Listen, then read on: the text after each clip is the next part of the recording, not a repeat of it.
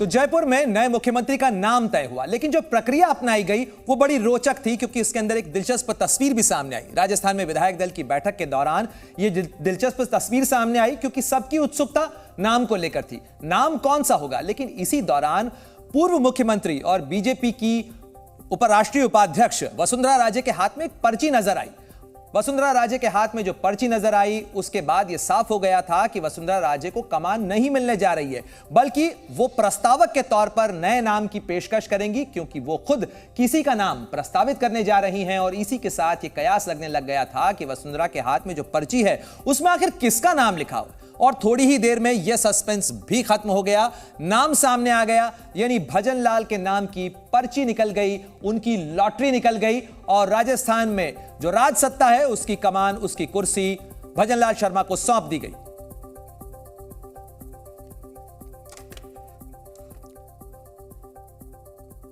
और मेरे सहयोगी रविंद्र कुमार लगातार हमारे साथ जुड़े हुए हैं। रविंद्र, जिस तरीके से ये जो पर्ची का खेल समझ में आया, जिस तरीके से तस्वीरें भी सामने आई, चाहे छत्तीसगढ़ का मामला हो, चाहे भोपाल का मामला हो या फिर जयपुर का हो, यानी रायपुर, जयपुर, भोपाल, इन तमाम जगहों पर केंद्र से पर्ची गई, नाम गया और उसके बाद एक मत, एक सुर से एक नाम तय कर लिया गया। लेकिन ये जो पर्ची का खेल है, कहीं ना कहीं क्या वसुंधरा राजे भी दिखाने की कोशिश कर रही थी कि यह नाम उन्हें दिया गया है और वो केवल पढ़ने की भूमिका निभा रही है?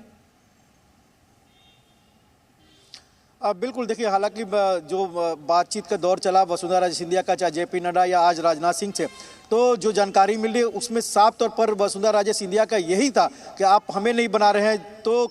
ठीक है, लेकिन इन नामों को चर्चा में नहीं लाइए, इन नामों को आप तरजीह नहीं दीजिए, यानी मुख्यमंत्री नहीं बनाइए। और इसीलिए आप जब पर्ची मिला, उन्होंने खोला पर्ची, तो जाहिर सी बात है उनके चेहरे पर मुस्कान थी, क्योंकि जिनको वो मुख्यमंत्री नहीं बनने देखना चाहती थी उनका नाम नहीं था। भले ही दिया कुमारी का उप मुख्यमंत्री बनाया गया है, लेकिन वो मुख्यमंत्री पद के दावेदार थी। तो जाहिर सी बात है प्रधानमंत्री नरेंद्र मोदी हो या बीजेपी हो, एक पीढ़ी बदलाव 20 साल के बाद राजस्थान में देखने को मिला है। एक जो पीढ़ी का बदलाव हुआ है, युवा नेतृत्व को दिया गया है ये मौका, और आगे भविष्य में पार्टी कैसे आगे बढ़ेगी इसकी तस्वीर भी आज देखने को मिल गई है, जब भरत लाल को मुख्यमंत्री पद का उम्मीदवार घोषित किया गया और उनके साथ जो टीम बनाई गई है। आप मान के चलिए कि जो भूपेंद्र पटेल के साथ हुआ है, जब वो पहली बार के विधायक बने, उनको मुख्यमंत्री बनाया गया और उनकी जो टीम थी पूरी तरह से नई टीम थी। यहाँ भी राजस्थान में कुछ कुछ वैसा ही देखने को मिलेगा, पूरी तरह से नई टीम होगी, क्योंकि मुख्यमंत्री हैं, कुछ लोगों का अनुभवी को लेकिन जहां एक तरफ बीजेपी नए नेतृत्व को खड़ा करने की कोशिश कर रही है, लेकिन सवाल अभी भी ये बरकरार है कि ये जो पुराना नेतृत्व था, ये जो अनुभवी नेता है, आखिर इनकी अनुभव का किस तरीके से इस्तेमाल किया जाएगा। आज शिवराज सिंह चौहान ने प्रेस कॉन्फ्रेंस की और उन्होंने कहा कि मैं सार्वजनिक जीवन में बरकरार रहूंगा, सक्रिय रहूंगा और मेरी भूमिका क्या होगी यह नेतृत्व तय करेगा, मैं कुछ मांगने नहीं जाऊंगा।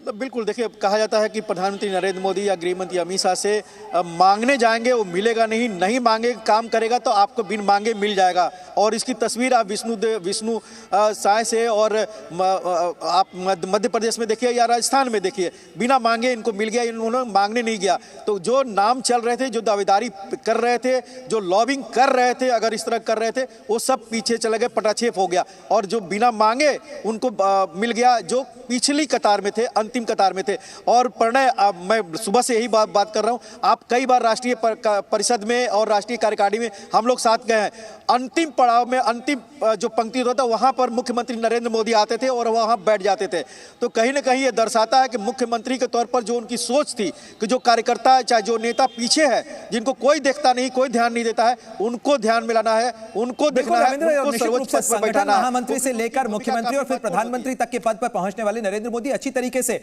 ये जो पार्टी का संगठन स्ट्रक्चर है इसको अच्छी तरीके से समझते हैं, और इसीलिए उन्होंने ये जो स्ट्रक्चर बनाने की कोशिश की है कि व्यक्ति केवल काम करे, उसका पद और उसकी भूमिका ये पार्टी तय करेगी। आप बने रहिए हमारे साथ में, अंकुर भी लगातार हमारे साथ जुड़े हुए हैं। लेकिन 2024 में प्रधानमंत्री मोदी की गारंटी की जिम्मेदारी राजस्थान के भजन लाल शर्मा समेत बीजेपी के 7 मुख्यमंत्रियों पर है, और ये वो सीएम है जिन पर 2024 में बीजेपी के लिए कमल खिलाने की जिम्मेदारी भी होगी, क्योंकि भूमिका तय की गई है, पद दिया गया है, लेकिन उसके साथ साथ जिम्मेदारी भी आती है। सबसे पहला नाम है उत्तर प्रदेश के मुख्यमंत्री योगी आदित्यनाथ का, और उत्तर प्रदेश के अंदर देश की सबसे ज्यादा 80 लोकसभा सीटें हैं। और उसके साथ ही दूसरे राज्यों में भी हिंदुत्व के नाम पर वोट समेटने की जिम्मेदारी भी इस चेहरे के नाम पर होगी, क्योंकि इस चेहरे को बैकअप देना होगा प्रधानमंत्री मोदी के कामों को, उनके नाम को। दूसरे नंबर पर है मोहन यादव, जो मध्य प्रदेश की 29 सीटों के साथ साथ यूपी, बिहार और हरियाणा के यादव वोटों के लिहाज से बीजेपी के लिए कारगर साबित हो सकते हैं, महत्वपूर्ण साबित हो सकते हैं, और इसलिए उन पर इस चीज की भी जिम्मेदारी होगी। 2024 के लिए गुजरात के सीएम भूपेंद्र पटेल पर 26 सीटों के साथ साथ महाराष्ट्र के गुजराती वोटरों को साधने के लिए भी बीजेपी के पक्ष में लाने की भी जिम्मेदारी होगी। साथ ही चौथे नंबर पर नाम आता है भजनलाल शर्मा का, जिन्हें पहली बार मुख्यमंत्री के तौर पर जिम्मेदारी जरूर दी गई है, लेकिन राजस्थान की 25 लोकसभा सीटों के साथ साथ दूसरे राज्यों के ब्राह्मण वोटों को साधने का जिम्मा भी भजनलाल शर्मा को निभाना पड़ेगा। साथ ही पांचवें नंबर पर जो चेहरा सामने आता है वो छत्तीसगढ़ के सीएम विष्णुदेव साय का है, जिन्हें अपने राज्य की 11 सीटों के साथ साथ मध्य प्रदेश, राजस्थान, झारखंड, ये तमाम वो राज्य जहां पर आदिवासी वोट हैं, उन्हें साधने के लिए, उन्हें जमा करने और बीजेपी के खेमे में, बीजेपी के पक्ष में लाने के लिए प्रयास करना होगा। हरियाणा के मनोहर लाल अपने राज्य की 10 सीटों और महाराष्ट्र के डिप्टी सीएम देवेंद्र फडणवीस पर वहां की 48 सीटों पर कमल खिलाने की जिम्मेदारी होगी। Zee News.